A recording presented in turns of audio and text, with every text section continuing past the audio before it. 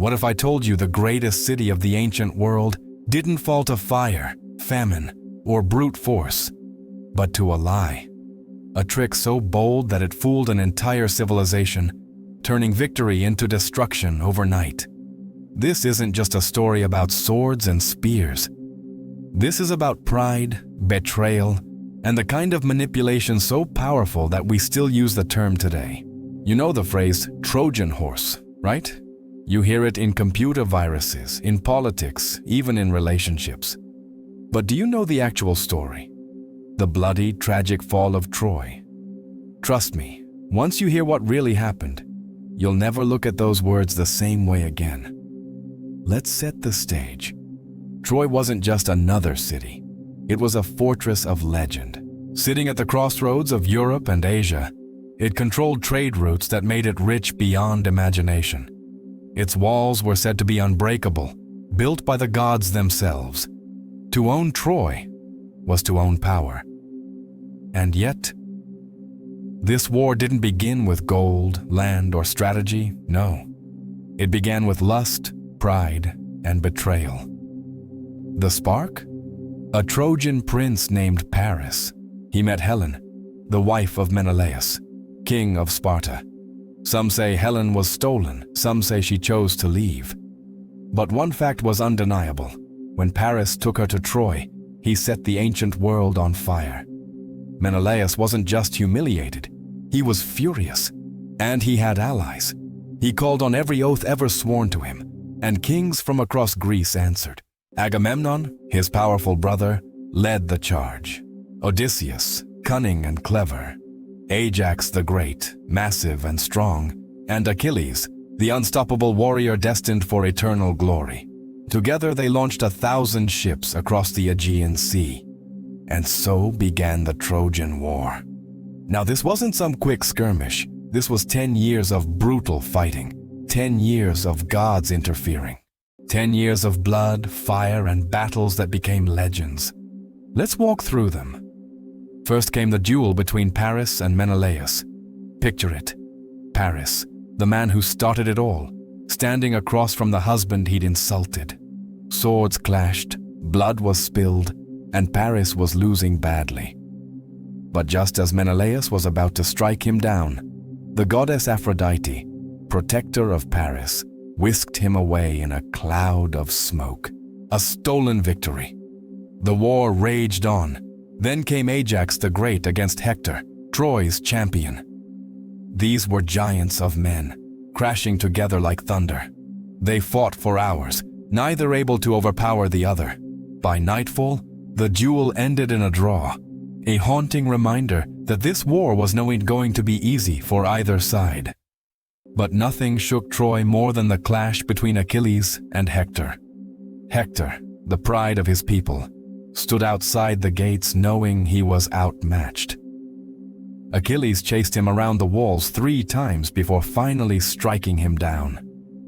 And in a rage so savage it shocked even his allies, Achilles tied Hector's body to his chariot and dragged him through the dirt. Troy's greatest defender was gone, yet fate spares no one. Achilles himself fell soon after. Paris, guided by the god Apollo, fired an arrow that struck his heel, the only weakness in his otherwise invincible body. The greatest warrior of Greece, undone by a single strike. His death proved that even legends can bleed. But the war didn't end there. For years, the Greeks tried everything. They burned fields, raided supply lines, built siege towers, hurled flaming missiles. Troy's walls held. Always. 10 years of battle, and the Trojans still believed they were invincible. And that's when Odysseus stepped forward. Odysseus wasn't the strongest warrior. He wasn't the fastest, but he was clever. And he knew brute force would never bring Troy down. So he came up with something different, a trick that would outlive every sword and shield. The Trojan horse. The Greeks built a massive wooden horse, hollow inside, large enough to hide their best fighters. Then, they sailed away, or at least pretended to. When the Trojans looked out, they saw an empty shoreline, abandoned ships, and a giant horse sitting outside their gates. A gift? A surrender trophy? A peace offering from the gods? The Trojans debated. Some saw it for what it was, a trap. The priest Laocoon even cried out, "Beware of Greeks bearing gifts." He hurled a spear into the horse, and it echoed with a hollow sound. But before suspicion could grow, something terrifying happened. Two serpents rose from the sea, coiled around Laocoon and his sons, and crushed them to death. To the Trojans, this was a sign. The gods wanted the horse inside.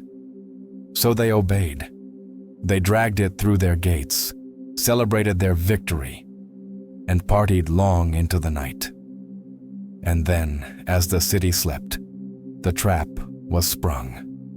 The hidden Greeks crept out of the horse, silently killing guards and opening the gates. The fleet that had sailed away returned under the cover of darkness.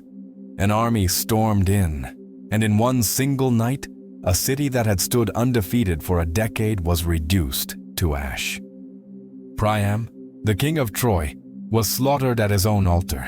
Women were dragged into slavery. Children were thrown from the walls. Streets ran red with blood. No mercy, no honor, just pure destruction. That's how Troy fell. And here's the chilling part. It didn't fall to strength.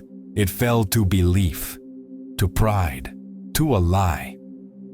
The Trojan horse wasn't just a clever trick. It was psychological warfare. It was manipulation. The Greeks let the Trojans' own confidence destroy them. And that's why we still use the phrase today. Thousands of years later, hackers name their viruses after it. Politicians warn of it. We still fear it. Because the truth is, every one of us has a Trojan horse. So let me ask you, what's yours? What gift have you welcomed through your walls? What weakness are you ignoring because you want to believe you're safe? History repeats itself. And Troy is the perfect reminder that sometimes the enemy isn't at your gates. It's already inside. And that, right there, is the true story of the fall of Troy. A tale of love, war, betrayal, and deception so powerful that it shaped the way we think for thousands of years.